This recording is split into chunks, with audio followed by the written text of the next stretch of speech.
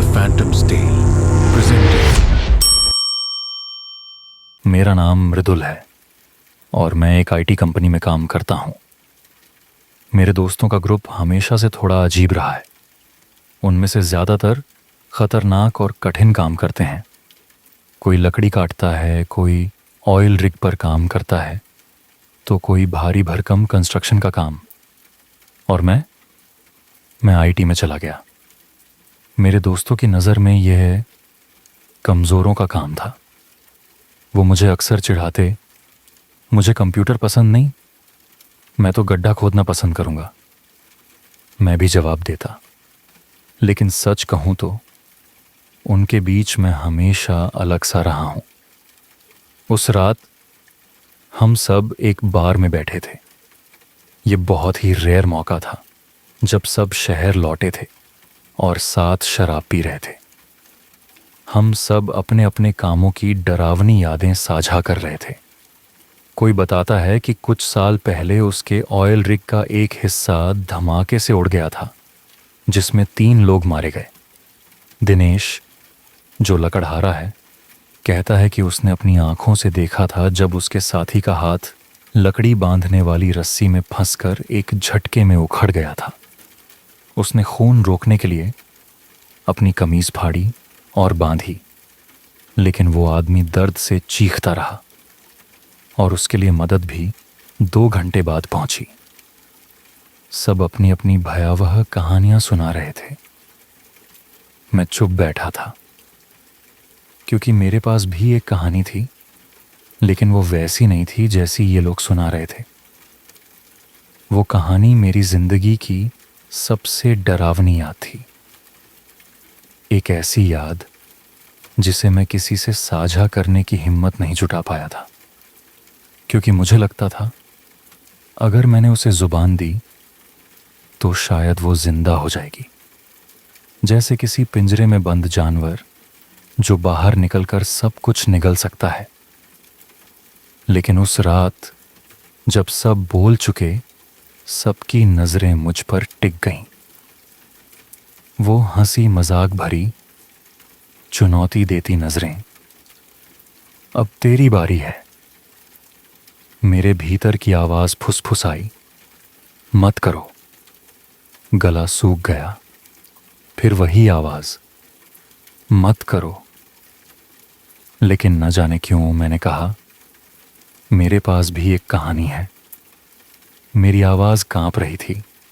सब मुझे हैरानी से देखने लगे और मैंने बोलना शुरू कर दिया। मैं घर से काम करता हूँ, उत्तराखंड के एक छोटे से पहाड़ी कस्बे के पास हमारी 30 एकड़ जमीन पर। मैं अकेला रहता हूँ, न बीवी न बच्चे। पास ही एक छोटा सा कॉलेज है, कुछ 100 बच्चों का, लेकिन वही इस कस्बे की धड़कन है। कॉलेज के आसपास घना जंगल फैला हुआ है, जहां स्थानीय जनजाति गार्ड की तरह नजर रखती है। मेरी जमीन उसी जंगल के किनारे लगती है और वहीं से सब कुछ शुरू हुआ। एक दिन मैं अपनी जमीन के खुले हिस्से में था, घर के पीछे, जहां से पेड़ों की कतार शुरू होती है। ये जगह घर से लगभग 200 गज दूर होगी। मैं ऊंची क्यारियों में पानी दे रहा था, धूप का आनंद लेते हुए। तभी अचानक कुछ अजीब हुआ। जंगल के अंदर से शायद कुछ 100 फीट की दूरी पर मुझे किसी के बोलने जैसी आवाज सुनाई दी। वो आवाज वैसी थी जैसे खराब मोबाइल सिग्नल में किसी की टूटी फूटी बातें आती हैं। शब्द अधूरे, बेमतलब, लेकिन फिर भी साफ पता चलता था कि ये इंसानी आवाज ही है। मैं कुछ देर वहीं खड़ा रहा, हाथ में पाइप पकड़े, न पानी बंद किया न हिला। उस समय मुझे डर नहीं लगा, बस अजीब सी जिज्ञासा हुई। शायद यही मेरी पहली गलती थी। करीब 30 सेकंड तक वो अजीब सी बड़बड़ाहट चलती रही, फिर अचानक बंद हो गई। मैंने पानी बंद कर दिया, बस ये पक्का करने के लिए कि कहीं बाकी आवाज़ें दब तो नहीं गईं। लेकिन अब सब कुछ खामोश था। मैंने सोचा, ठीक है, ये जंगल है, कभी कभी अजीब चीज़ें हो ही जाती हैं, और उसे वहीं भूल जाने की कोशिश की। वो मेरा पहला पछतावा था। कुछ हफ्ते बीते। एक दिन मैं अपनी ज़मीन के पीछे बने उस पुराने रास्ते पर चला गया जिसे मैंने पिछली गर्मियों में साफ किया था। अब वो रास्ता फिर से घना और सुनसान हो चुका था।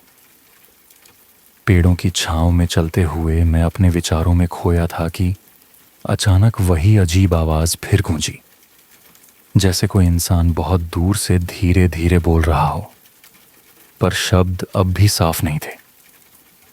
मैं ठिठक गया। आसपास का जंगल असामान्य रूप से शांत था, पत्तों की सरसराहट तक नहीं। दिल जोर जोर से धड़कने लगा। मैंने सोचा, यहाँ रुकना ठीक नहीं है।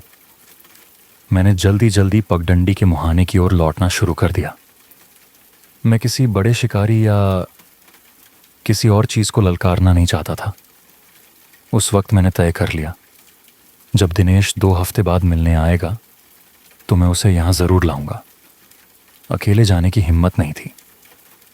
लेकिन 2 हफ्ते बाद मैं फिर उसी पगडंडी पर खड़ा था, अकेला, क्योंकि दिनेश ने आखिरी वक्त पर आने से मना कर दिया था। मैंने मजाक में कहा भी था, ठीक है, अगर मैं मर गया तो सीधा तेरे अपार्टमेंट में भूत बनकर आ जाऊंगा। अब मैं उस रास्ते को देख रहा था। जंगल शांत, लेकिन भीतर से जैसे कुछ छुपा हुआ हो।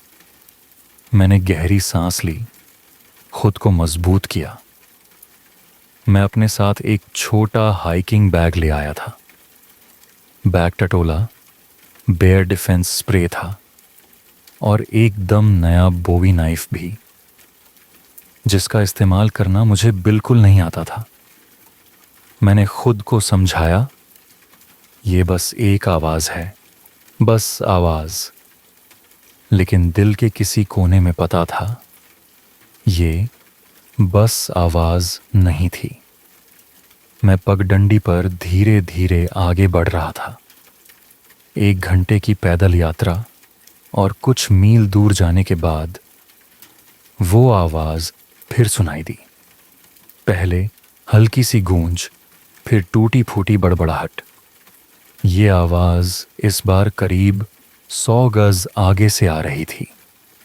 जंगल उस वक्त अजीब नहीं लग रहा था। पत्तों की सरसराहट, चिड़ियों की चहचहाहट, सब सामान्य था, मानो कुछ भी गलत नहीं हो। लेकिन मैं जानता था, आवाज़ इंसानी थी। और धीरे धीरे मेरा हाथ अपने बोवी नाइफ के हत्थे पर जा पहुंचा। आवाज़ अब करीब 20 फीट दूर थी। फिर भी कोई इंसान नजर नहीं आ रहा था।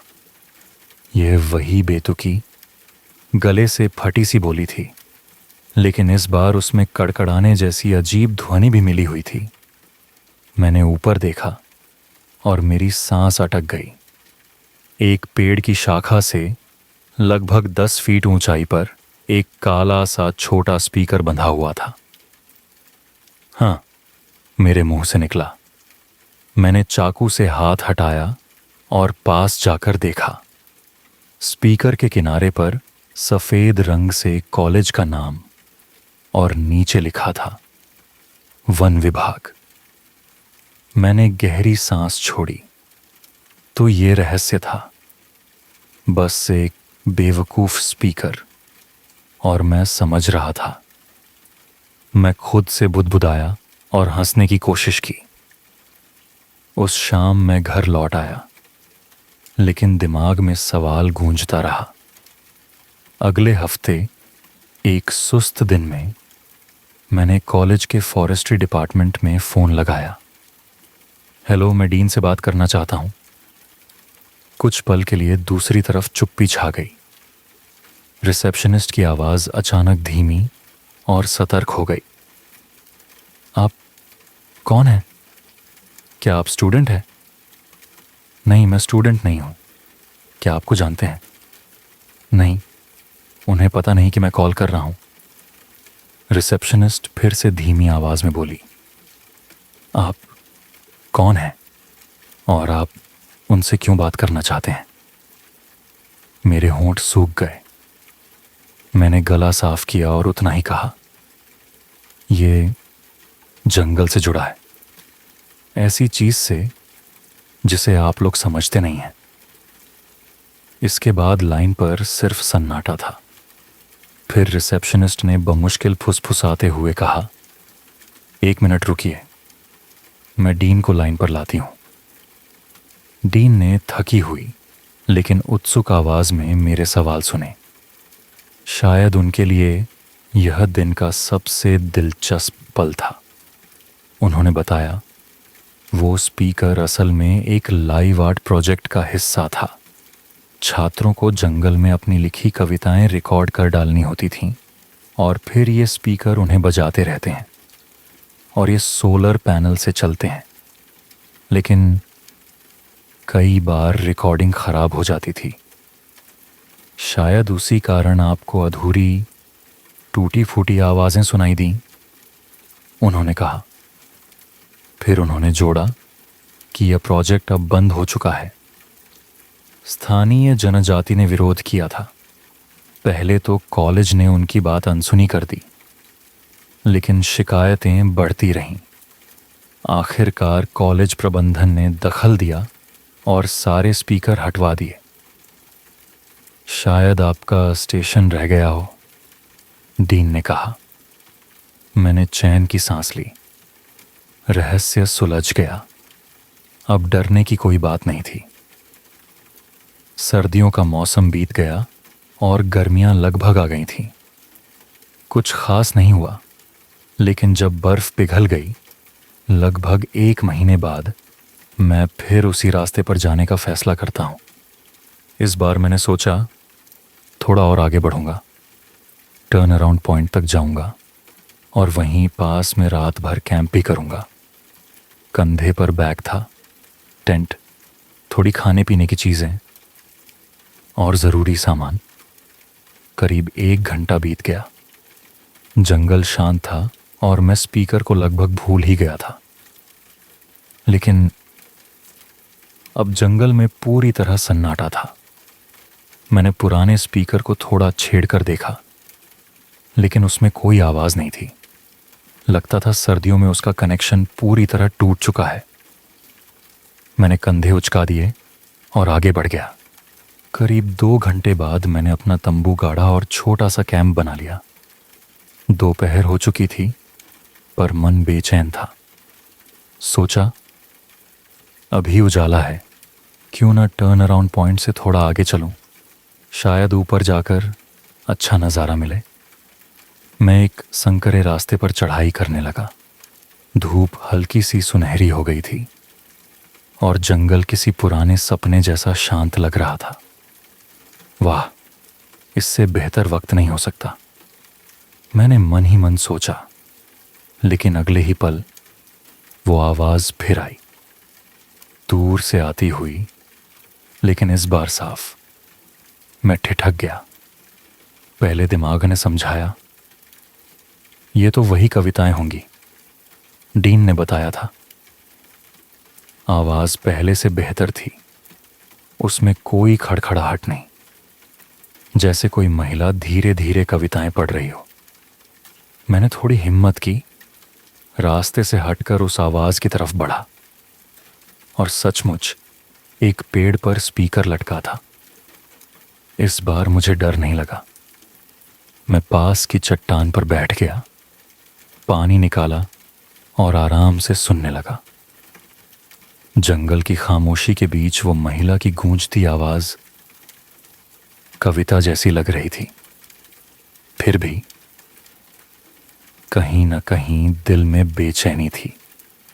कुछ मिनट बाद मैंने तय किया, बस अब निकलना चाहिए। मैंने पानी की बोतल बैग में डाली और उठ खड़ा हुआ। लेकिन तभी एक दूसरी आवाज आई, पास ही से। बहुत दूर नहीं लग रही थी, वो टूटी फूटी बड़बड़ाहट थी।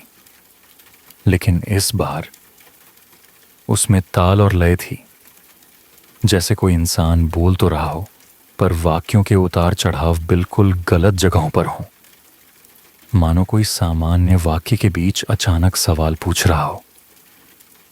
आवाज इतनी अजीब थी कि अगर मैं शहर में होता तो शायद हंस देता, लेकिन मैं यहां था, घने जंगल में, किसी मदद से मीलों दूर, और मेरी हंसी गले में अटक गई।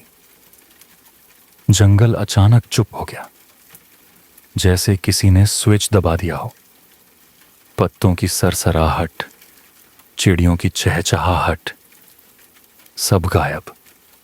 बस वही अजीब आवाज जो अब सामने की घनी झाड़ियों से धीरे धीरे बाहर आ रही थी। मैं जड़ हो गया, कान खड़े, सांसें थमी हुई। आवाज किसी विशाल बेसुरा बच्चे जैसी थी।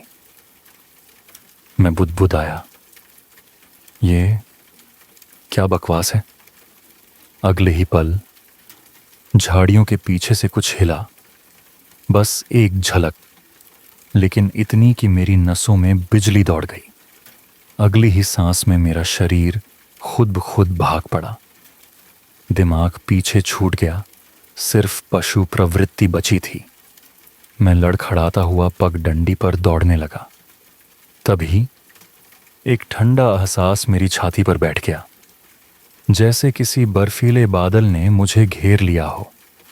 नसें सुन्न, दिमाग धुंधला, और तभी मैंने साफ देखा, झाड़ियों से एक हाथ निकल रहा था, लंबा, अजीब तरह से मुड़ा तुड़ा, मानो हड्डियां गलत जगहों पर हों। उस हाथ के पीछे वही बेतुकी टूटी फूटी आवाज, लेकिन अब वो मेरे पीछे पगडंडी पर गूंजी, बिल्कुल पास। वाह, क्या बकवास है, आवाज ने दोहराया, जैसे किसी ने पहली बार कोई शब्द सीखा हो और उसे नकल करने की कोशिश कर रहा हो। लेकिन उसमें एक विनती भरा, डरावना कंपन था। मैं पागलों की तरह भागा। शाखाएं मेरे चेहरे पर पत्तों की चाबुक मार रही थीं। पैर इतने तेज चल रहे थे कि जैसे जमीन छू ही नहीं रहे। आखिरकार मैं अपने कैंप के पास पहुंचा। खुला मैदान, बीच में मेरा तंबू, उसका फ्लैप आधा खुला हुआ। मैं ठिठक गया, गला सूखा। सोचने लगा, इसे समेटने में 10 मिनट लगेंगे। फिर खुद से कहा, नहीं। मैंने तंबू की ओर पीठ मोड़ी और बस भाग पड़ा। मैं मुख्य रास्ते पर वापस आ चुका था, तेज कदमों से भाग रहा था, लेकिन 30 सेकंड बाद ही अचानक रुक गया, क्योंकि कुछ नया सुनाई दिया, या यूं कहूं, कुछ भी सुनाई नहीं दिया। न कोई चिड़िया, न पत्तों की सरसराहट, न हवा की हल्की सी सरगर्मी, यहां तक कि कीड़ों की भी भनभनाहट नहीं। बस पूर्ण सन्नाटा, इतना गहरा कि लगा जैसे किसी ने मेरे चारों ओर कांच का एक विशाल जार पलट दिया हो। मानो जंगल की आवाजों को किसी ने खींचकर एक झटके में निकाल लिया हो। मैं जम गया। दिल इतनी तेज धड़क रहा था कि छाती तोड़ देगा, लेकिन शरीर बिल्कुल स्थिर, जंगल की ही तरह। हवा गर्म थी, बिल्कुल बेजान। पसीने की बूंदें पीठ पर चिपक गई थीं, लेकिन आसपास ऐसा लग रहा था मानो मैं किसी पुरानी अटारी में बंद खड़ा हूं। फिर अचानक मेरे भीतर एक अजीब सा एहसास उभरा। ये वो एहसास नहीं था कि मुझे कोई देख रहा है, ये उससे कहीं ज्यादा डरावना था। ऐसा लग रहा था कि मुझे जांचा जा रहा है, जैसे कोई अदृश्य सत्ता मुझे परख रही हो, माप रही हो। क्या मैं असली हूं या नकली? और मेरा अंतर मन फुसफुसा रहा था, हिलो मत, बिल्कुल मत हिलो, पंछियों, कीड़ों और पेड़ों जैसा बनो, चुप रहो, बस घुल मिल जाओ, यही जीने का रास्ता है। तो मैं वहीं जमकर खड़ा हो गया, सांस बीच में अटकी हुई, पलक झपकाने तक की हिम्मत नहीं। मैंने खुद को एक दुकान के पुतले की तरह महसूस किया, लकड़ी की पट्टियों के बीच से ताकता हुआ, और उधर अंधेरे से कोई भयानक चीज मुझे ताक रही थी। यह जांच रही थी कि मैं सचमुच पुतला हूं या बस होने का नाटक कर रहा हूं। हम दोनों के बीच यह अदृश्य टकराव 10 सेकंड तक चला, फिर 20 सेकंड तक। मेरे फेफड़े ऑक्सीजन के लिए चीख रहे थे, दिल हथौड़े की तरह धड़क रहा था।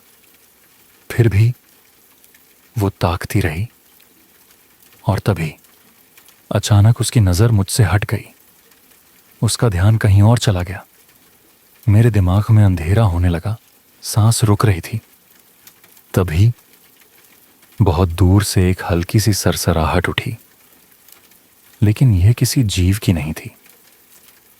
यह थी जंगल की एक सामूहिक सांस। धीरे धीरे वह आवाज मेरी ओर बढ़ी, और एक झटके में पूरा जंगल फिर से जिंदा हो उठा। चिड़ियां चहकीं, हवा चली, पत्ते हिले। मैं झुक गया, हाथ घुटनों पर रखकर हांफता हुआ, और गहरी सांस ली, उसी लय में जैसे पूरा जंगल सांस ले रहा था। बाकी का सफर मुश्किल से संभली हुई घबराहट में बीता।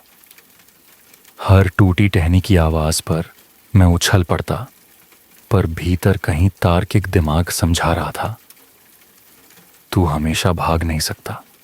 इसीलिए मैंने खुद को तेज चाल पर सेट कर लिया। लगभग 2 घंटे तक, शाम ढलने तक, जब मैं आखिरकार कस्बे के आसपास में लौटा, अंधेरा घिर आया था।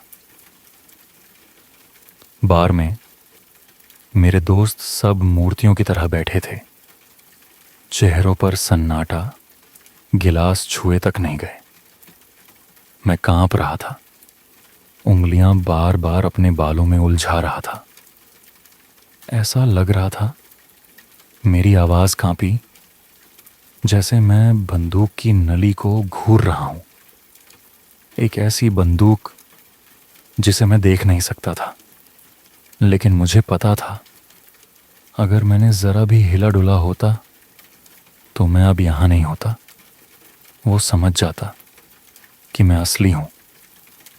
मैंने गहरी सांस ली, फिर बेमन से हंसकर कहा, और उस टेंट के लिए मैं कभी वापस नहीं गया। मैंने बियर का एक घूंट लिया और उनकी तरफ देखा। उनके चेहरों पर स्तब्धता और डर का मिश्रण था। मेरे मजाक से माहौल हल्का करने की कोशिश नाकाम रही। वे आधी अधूरी घबराई हंसी हंसे। फिर सबने अपनी नजरें गिलासों, मेज और फर्श में गड़ा दी। आखिरकार मेरे दोस्तों में से एक बुदबुदाया, अरे यार। हाँ, मैंने धीरे से कहा, हाँ।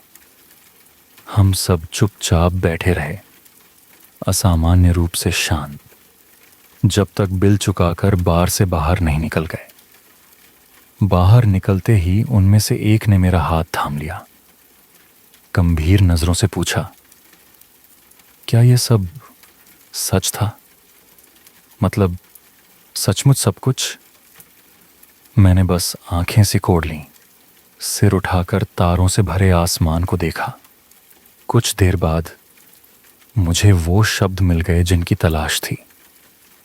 बाहर ऐसी चीजें हैं जिन्हें कोई समझा नहीं सकता, ऐसी चीजें जिनके नाम तक नहीं होते, और कभी कभार किसी न किसी को उनसे सामना करना ही पड़ता है। समझदार लोग, मेरे जैसे भाग्यशाली लोग, वही होते हैं जिन्हें अपनी कहानी सुनाने का मौका मिलता है। वो मुझे एक पल तक घूरता रहा, फिर संतुष्टि से सिर हिलाया और अपनी कार की ओर बढ़ गया। Good night. उसने कहा, गुड नाइट।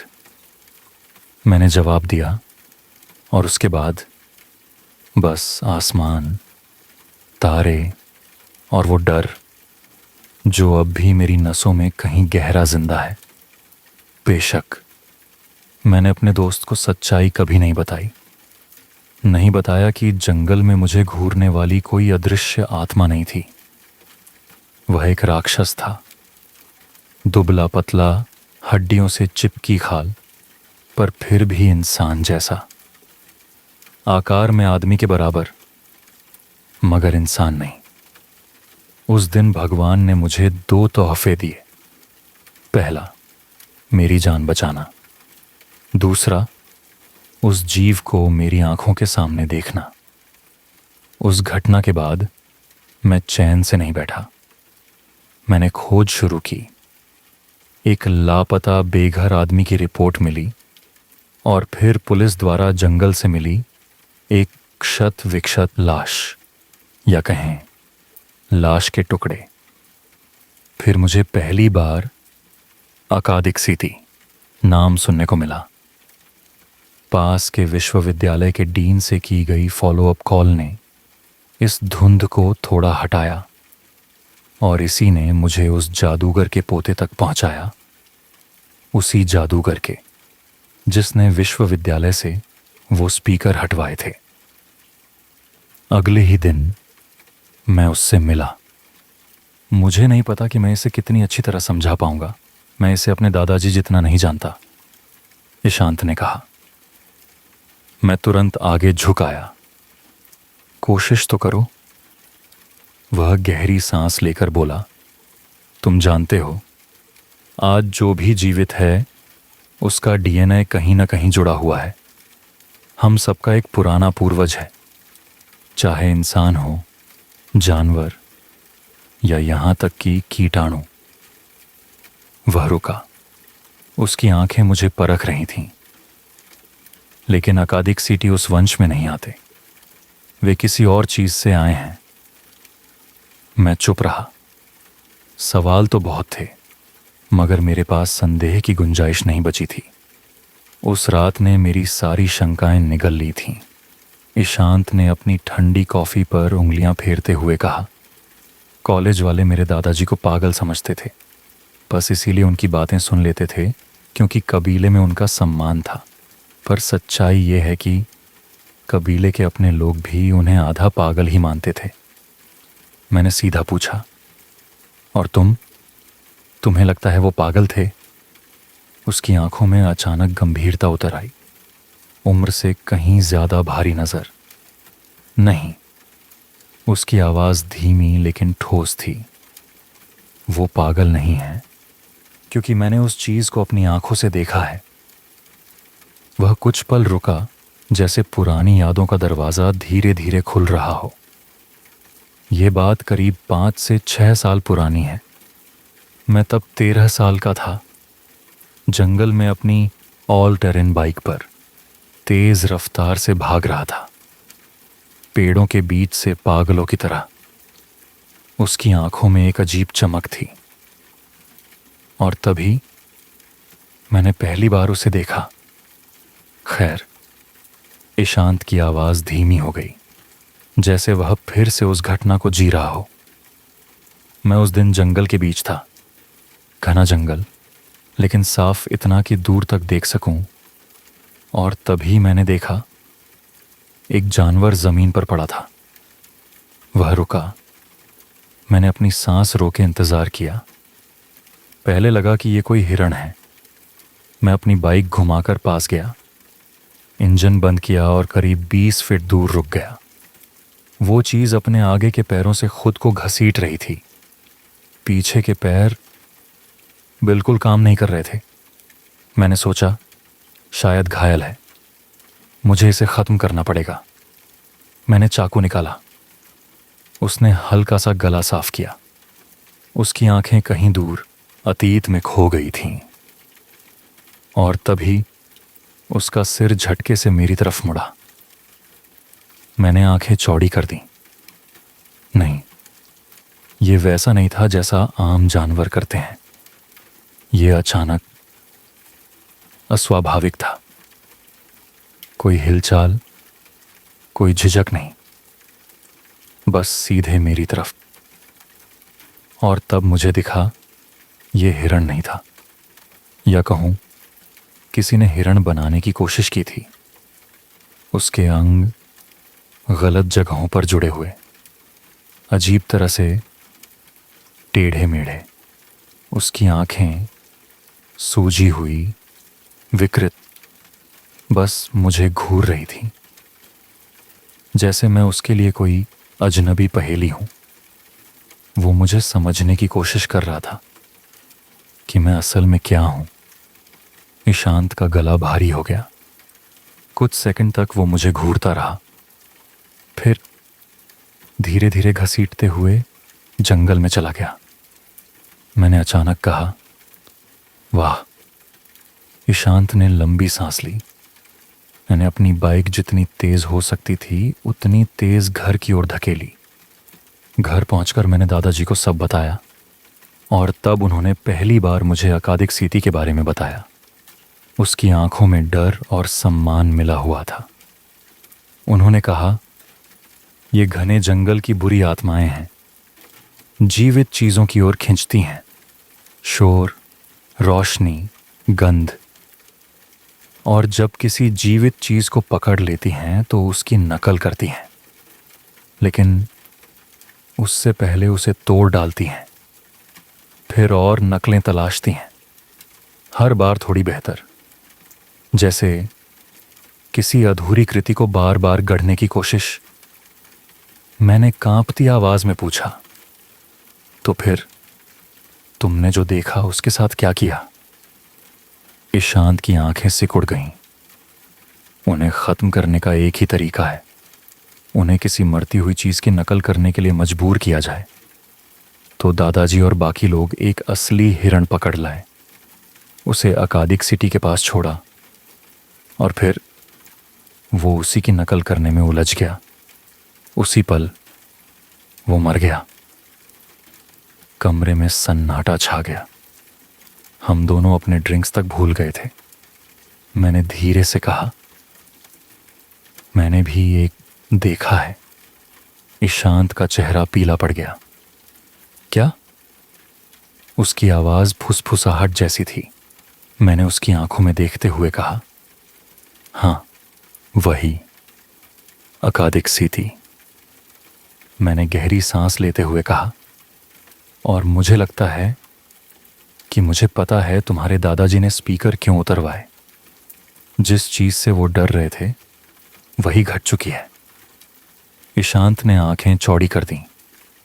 रुको, धीरे धीरे बताओ, किस बारे में? मैंने उसके चेहरे पर नजरें गड़ा दी। वहां एक इंसानी अकादिक सीति है।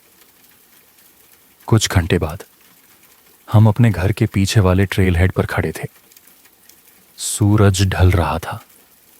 आकाश में धुंधली नारंगी रोशनी बची थी, बस 1 घंटे का उजाला। और पास ही ईशांत के कबीले के दर्जनों लोग इकट्ठा थे। सिर्फ पुरुष नहीं, बल्कि औरतें और बच्चे भी। कुछ औरतें रो रही थीं। बच्चों के चेहरों पर खामोश डर था। शमन आपस में धीमी आवाज में मंत्र जैसी बातें कर रहे थे। ईशांत, ये सब क्या हो रहा है? मैंने कांपते हुए पूछा। उसने बस उंगली से होंठों पर चुप का इशारा किया। फिर शमन का घेरा टूटा। भीड़ से एक बुजुर्ग बाहर आया। करीब 60-70 साल का होगा, लेकिन उसकी चाल में थकान नहीं, बल्कि किसी योद्धा की अडिगता थी। उसके शरीर पर पंखों से बनी पोशाक थी और चेहरे पर भयावह युद्ध रंग। उसकी आंखों में दृढ़ निश्चय और मौत को स्वीकार करने का साहस झलक रहा था। मैंने तुरंत पहचान लिया, ये वही आदमी था, ईशांत के दादाजी। उन्होंने हमसे कुछ कहा नहीं, बस हमारी तरफ सिर हिलाया और पगडंडी पर अकेले आगे बढ़ गए। मैंने उनके कमरबंद पर लटकते हुए देखा एक प्राचीन काले पत्थर से तराशा हुआ खंजर। उस खंजर पर अजीब सी नक्काशियां चमक रही थीं। मेरे गले से अचानक निकला, वो कब वापस आएंगे? ईशांत ने मेरी तरफ देखा। उसकी आंखों में सिर्फ उदासी थी, गहरी काली उदासी। वो वापस नहीं आएंगे। और तभी ईशांत के पहले कहे हुए शब्द मेरे कानों में गूंजने लगे, जैसे किसी अदृश्य ताकत ने उन्हें दोहराया हो। उन्हें मारने का सिर्फ एक ही तरीका है, उन्हें किसी ऐसी चीज की नकल करने पर मजबूर किया जाए जो पहले से ही मर रही हो।